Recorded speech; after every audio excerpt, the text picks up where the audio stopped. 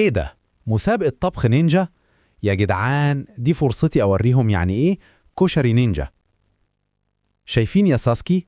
كله هيتقلب بالراسنجان، مفيش معلقة بعد النهاردة. أنا داخل بس علشان أشوفك هتولع في إيه المرة دي.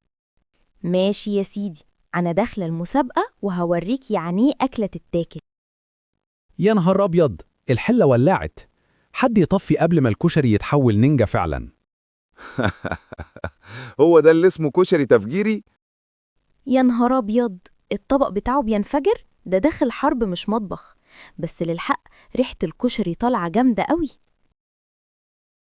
بس هقولك حاجة يا ناروتو، الكشري لا طعمه رهيب، وأنا مش هقول الكلام ده تاني أبداً.